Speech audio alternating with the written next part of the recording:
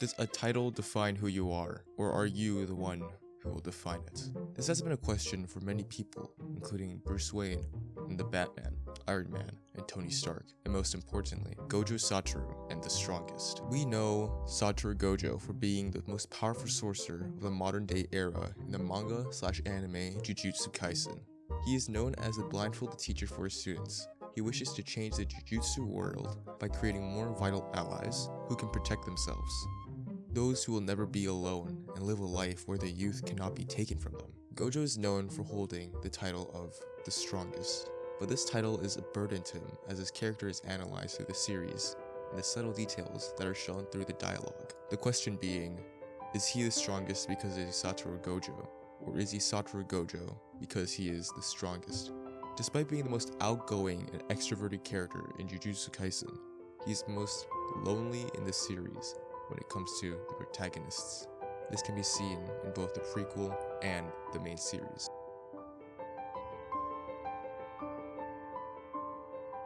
The Hidden Inventory arc shows a young Satoru Gojo and young Suguru Geto, best friends and are known for being the strongest duo. The reason why Satoru and Suguru ever became best friends was because Suguru thought of them as equals. He wasn't taking his superiority complex, and thus they became friends.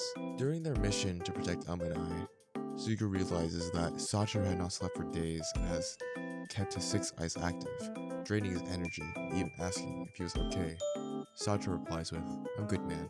Besides, you're here too." This states how Satoru feels safe and comfortable with Suguru. Of course, after the death of Amanai, we see the two getting farther apart from each other. Suguru states how Satoru has become the strongest, even pointing out how unhappy he has become. Now Satoru at this point does not know why Suguru looks tired and depressed because he has not told him his true feelings. Suguru then commits mass murder, becoming a cursed user and being wanted by the higher-ups. This is something Satoru had not expected from the person he was closest to.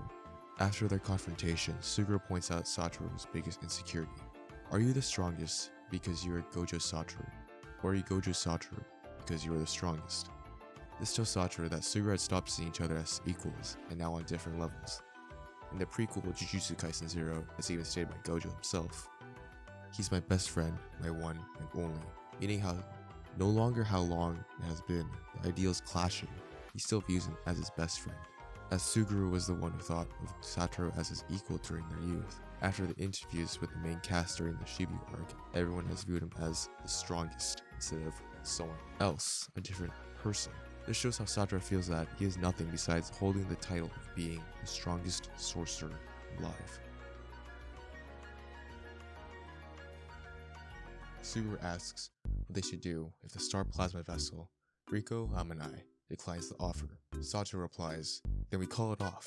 This shows how he views the importance of valuing childhood and being young. In Jujutsu Kaisen 0 and the main storyline, Satoru stated it after being confronted by the higher-ups as to why he suspended Yuta Okotsu's execution. Satoru says, "It's unforgivable to steal the youth from kids." This shows how he feels about the importance of living your best life to the fullest, especially when it comes to being a Jujutsu sorcerer. Even when Yuji was presumably dead, he seemed upset and even threatened to kill the higher-ups, as if they were the ones who conspired to have killed Yuji. It seems that youth is of key importance for Satoru, as being the head of the Gojo clan at a very young age must have put lots of stress on him, especially since he was the first Gojo in 400 years to possess both the six eyes and the limitless technique.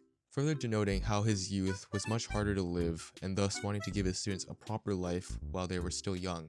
During the Kyoto Sister Goodwill arc, after the battle gets interrupted, Satoru decides to host a baseball game. The decision of using a baseball game may seem silly and childish, but when read between the lines, is very important as it shows how Satoru wants his students to still and try to live normal lives, playing baseball, going to movies, going shopping, all shown that 3 years of his youth were his best 3 years and his happiest, as it was spent with his best friend Suguru, but unfortunately, he lost it abruptly the day Suguru became a cursed user.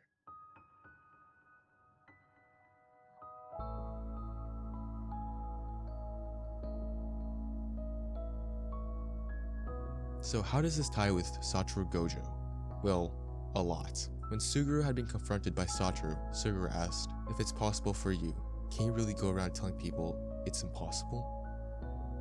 Are you the strongest because you're Gojo Satoru, or you're Gojo Satoru because you're the strongest, then even this foolish ideal world would be perfectly plausible. When Suguru said this to Satoru, it is very important dialogue between the two, as not only does it show how they no longer seem as equals, but also notes Satoru's insecurity, his identity.